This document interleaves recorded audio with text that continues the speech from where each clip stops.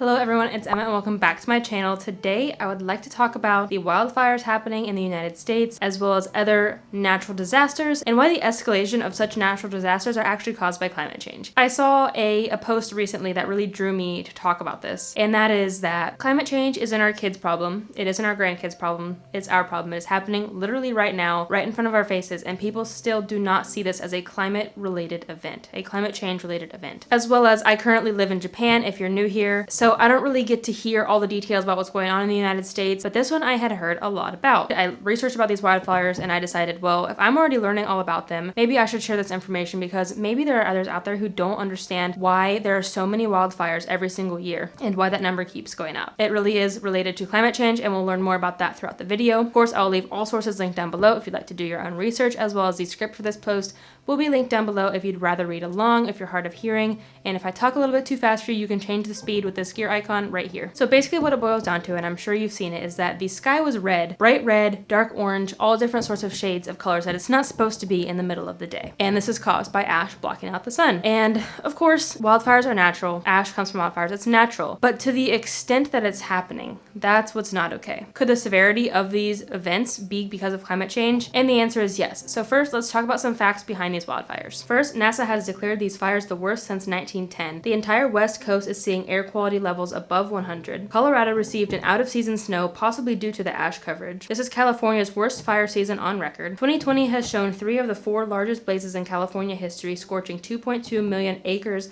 as of early September, and is predicted to get worse as the dry fall season comes. Fires have steadily increased since the 1990s. 80% of US wildfires are man-made. I wanted to talk about the man-made bit because I don't want anyone getting the wrong idea that I think climate change is the cause of the fire. No, most fires are man-made, unfortunately. Basically what it boils down to is climate change is causing the right conditions for these fires. Climate change isn't necessarily sparking the fire, but climate change is making it easier to spark and makes them last a lot longer. We all remember the wildfires in January that were happening in Australia. They too were having an unnaturally long, aggressive fire season. It kind of kicked off this year, that kind of kicked off the trend that, oh, 2020 is this crazy year, 2020 is just this fluke, all this stuff. And unfortunately, it's not a fluke. It might seem like a fluke now because none of this stuff has happened, but it will continue to happen. Wildfires will continue to happen, diseases will continue to happen, floods and hurricanes, earthquakes, all this stuff will continue to happen because of climate change. Ask any climate scientist, read from any climate scientist, and they will tell you that this is just the beginning. This is what they've been warning us about for decades. This is just the effect of a 1-degree temperature rise over the past few decades. They give us a very small buffer about how much more we can rise our temperature before it's pretty much irreversible. And imagine how many fires and how many floods and how many hurricanes we're going to have if we continue to let the temperature rise 2 more degrees, 3 more degrees, 5 more degrees. It's going to be unbearable and it's going to become miserable. And I'm not making this video to give anyone climate anxiety, to be a Debbie Downer, but I really just want to present the facts. I don't want to sugarcoat any of this. I talk a lot on my channel about helpful ways to live low waste and how we can reduce our impact as individuals, but I also think it's very important to talk about the consequences that we can have if we don't take changes as individuals, as well as if we don't make changes as a human society. I'm not blaming any one person for climate change or these fires, except for the people who did that gender reveal. But what I'm saying is that we are all responsible as citizens of the earth to take action, whether that be speaking up or quitting flying or quitting eating meat or just voting. Simply just voting for the right people to be in office can have a really good effect on that. And we'll talk more about things we can do later. Don't want this to be too depressing of a video. I'm just presenting facts because it really is scary to think about that this is going to be our new normal. The diseases, the fires, the floods, this is going to be our new normal if we don't do anything. We collectively,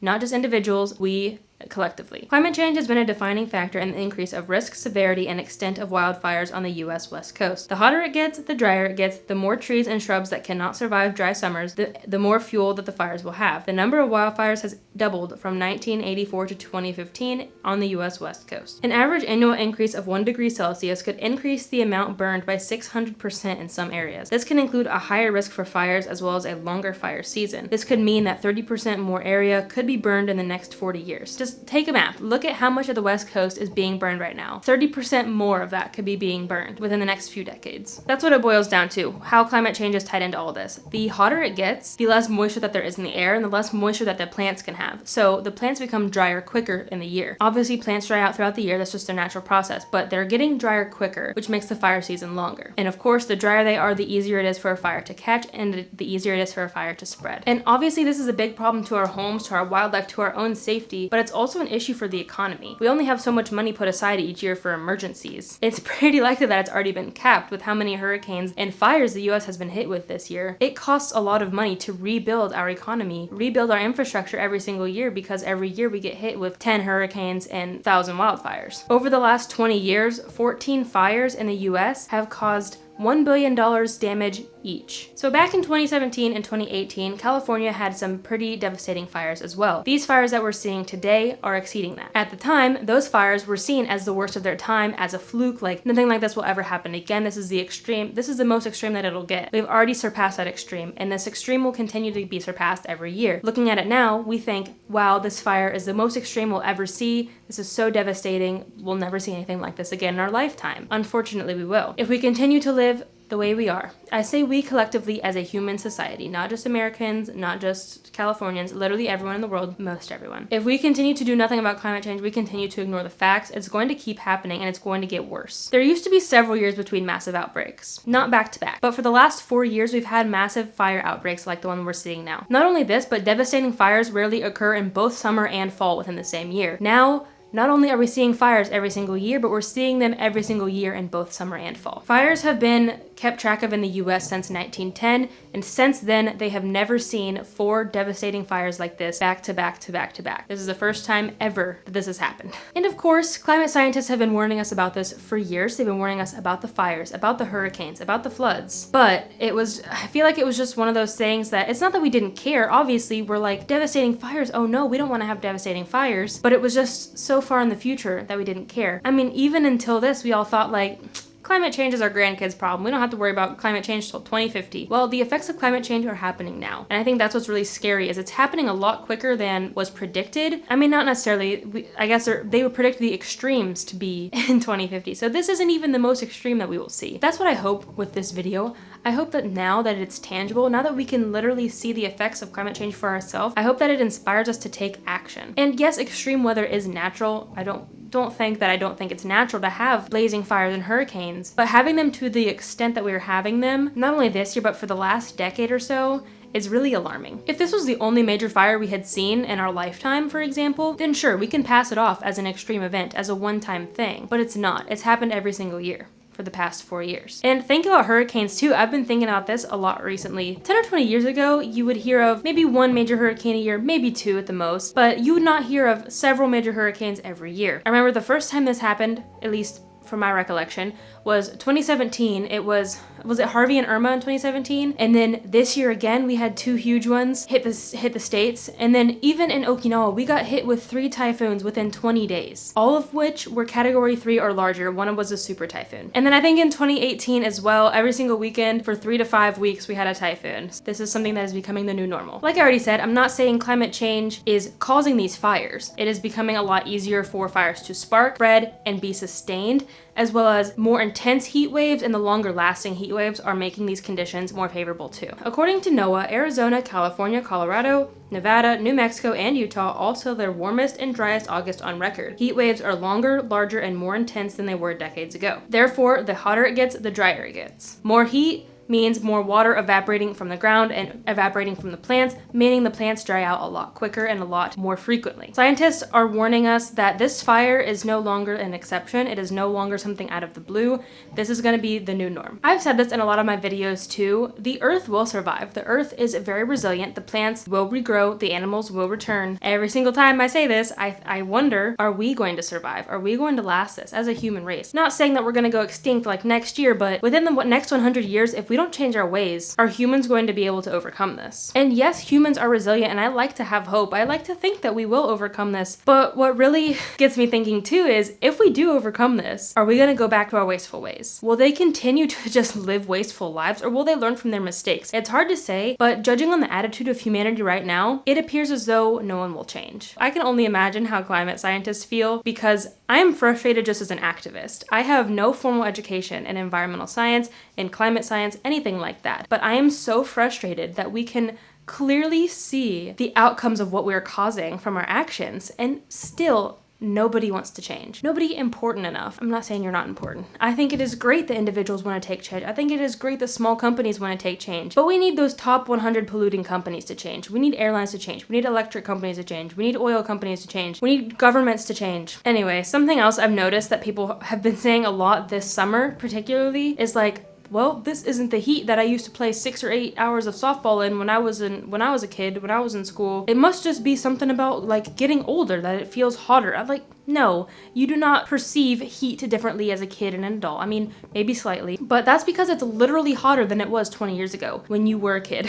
And again, all these resources that I'm leaving linked down below will explain this more in depth, but the temperatures keep rising every single year and they will keep going up. It's just funny to think like in the reverse almost, think like living in the year 2040 and being like, dang, 2020 was so cool. We really took those days for granted. It's going to get hotter. These days that are 100 plus are going to feel cool. It's the same thing with these fires, with these hurricanes. It might seem extreme now, but it's only going to get worse. We're gonna look back on these terrible fires of 2020 and be like, dang, we had it easy. We really took that for granted. Now the entire world is on fire. That might be an exaggeration, but you get what I mean. It's going to be getting worse. It's going to get more extreme. These fires should serve as a wake-up call no matter where you live in the world. I mean, it has been a wake-up call for me. I live on a tiny island in the middle of the Pacific, and these fires are just weighing so heavily on me. I can only imagine what it's like if you live in that area. If you live there, I am so sorry that this is happening. I hope that you are safe, but I also hope that this is a wake-up call. I'm not saying that you as an individual need to make huge changes. I hope that you at least realize that climate change is real. Even if you don't do anything else, I hope that you at least believe the climate scientists. And if you're not experiencing the fires, I hope that you're not acting like we were all acting collectively 20 to 40 years ago, being like, that's not our problem.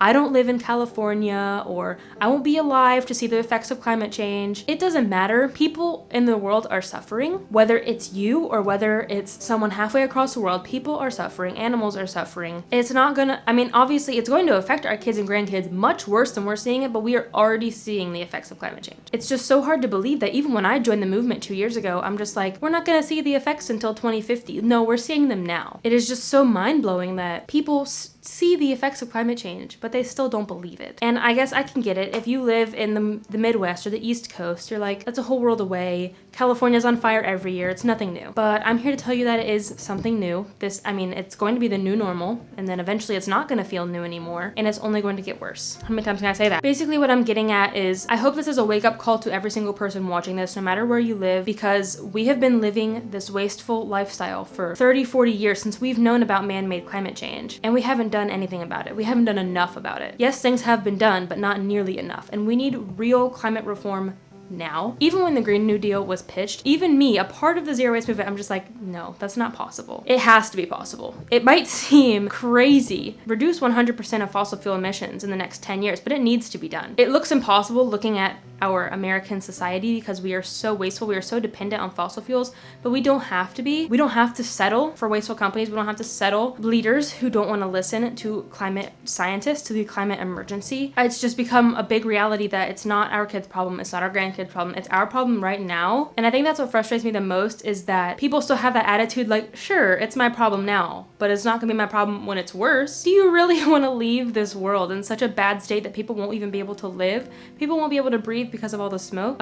Okay, I'm very angry, and I can go on and on and on about this, so I'm gonna try to keep it brief. Let's stick to my notes. Okay, time for a sad ending. I don't want to sound like I've lost hope, but I mentioned this in my video I made recently called Our Planet, Our Problem. I'm gonna be a realist here and throughout the rest of my time that I have my channel, and that is, it's really hard to have hope when you are an individual, when you are not the president, when you're not a governor, when you're not the Jeff Bezos, you know, someone who actually has power to make really big changes, when you're just little old me with a few hundred subscribers, talking to a camera, hoping that the right people listen to this. So if you're not new around here, you probably know that I like to end my channel with a good note, things we can do as individuals. And while I do have a few for this, the sad part is we really can't do a lot. I mean, I guess if we all quit eating meat, if we all quit flying, we all quit driving our cars, every single one of us, we could probably do something. But the reality is we can't. And I could sit here all day and tell you to drive your car less, fly less, but at the end of the day, that really doesn't matter. What needs to happen is we as a whole nation, we as a whole human society, we need to switch to renewable energy, we need to switch to biofuels and just electric vehicles, eat a lot less meat as a society, and all sorts of other things. But that's, again, that's societal change. The biggest thing saying, of course, that I think we can do as consumers and citizens of the earth is to educate ourselves and educate others. It's a big reason why I started this channel, is because obviously I'm very passionate about this. It is so sad to live in a time where we are facing climate collapse and nobody wants to do anything about it. This is one of those things in history where we're gonna look back and be like, why did they do that? You know, like, why did they let the Holocaust happen? Why did they let climate collapse happen? People will say this if we let it fail. We are failing future generations, and it makes me very sad. But anyway, I had to get one last sad note in there before we get to a few positives. A few, maybe not positives, but a few things that we can do. And of course, like I said, educate yourselves, educate others, spread the word, let people know that climate change is very real. There are scientists out there proving it and teaching us about this stuff. Just read up on it, use the sources below, do your own research, search for scholarly articles, credible sources, of course. Don't just go to like Fox News, and then teach others as well. And you don't have to start a channel, you don't have to start a big platform, but just talk to your family, talk to your friends, talk to your coworkers, get the conversation going, get those seeds planted in other people's heads. And then of course, other things that we can do that are very little time, very little energy, very little money is to vote in elections, national elections, local elections, vote with your dollar. And what I mean is quit supporting wasteful companies and start supporting less wasteful companies. If you have the financial means, if you have the ability, I really encourage you to support less wasteful practices. Of course, just quit supporting wasteful practices in general, boycott them. For example, I boycott the meat and dairy industry because it's extremely wasteful, as well as I decided to boycott Amazon. I boycott a lot of these things because I personally think they're very wasteful and I don't want them to have my money and to have my approval, really. That's what our money does to these companies. And then of course, signing petitions is another great thing. I don't know any good ones off the top of my head. If a good climate petition comes up, definitely sign it. It doesn't take much time out of your day and it's completely free. That's really all I wanted to share. I just wanted to make this video to educate myself, really. Like I said, I did this research because I was unsure of this topic. I was unsure about what was going on, so I educated myself and I decided, well, I'm learning all this information. I might as well at least inform others about it too. This video wasn't designed to be tips and tricks like I normally post. Hope you stuck with me to the end, and if you did, I'm sorry if I brought you down. That's just the reality of things. We gotta live with it, we gotta adapt, and we gotta fight for change. That's what's so important too, and I hope that this kind of invigorates some of you guys as well to start fighting for change too. If you're new here, thank you for joining me today. I appreciate you, especially on this heavier topic. I promise most of my channel is very lighthearted, very fun, so I hope that you decide to stick around and stay tuned for some of that content. P.S. I've got a bunch of fun Halloween content planned for October. A lot more fun. I try not to talk about too many dark, heavy topics on my channel just because I don't want climate change to seem scary and seem like a burden. I want it to be a realm of hope, to be something that we can strive for and to work for the greater good. So that's what I try to do. But sometimes you just gotta talk about the heavy stuff because it's important. So that's what I'm doing today. That's all I have. I really appreciate you watching this video. I really appreciate it if you give this video a thumbs up if you enjoyed it. Like I say in a lot of these similar videos is that those of you watching, you probably already know about the fires, you probably already know about climate change, but it is really important to spread this message to those who don't. So if you feel like it, I would really appreciate if you shared this video with others, but if you don't feel like sharing this video, at least talk about this video with others. I think it really will make a difference. And until next time, remember that these small changes you make have a big impact in the long run. Bye guys. And why the escalation? I want to say 3 to 5 typhoons every single weekend. Not every single.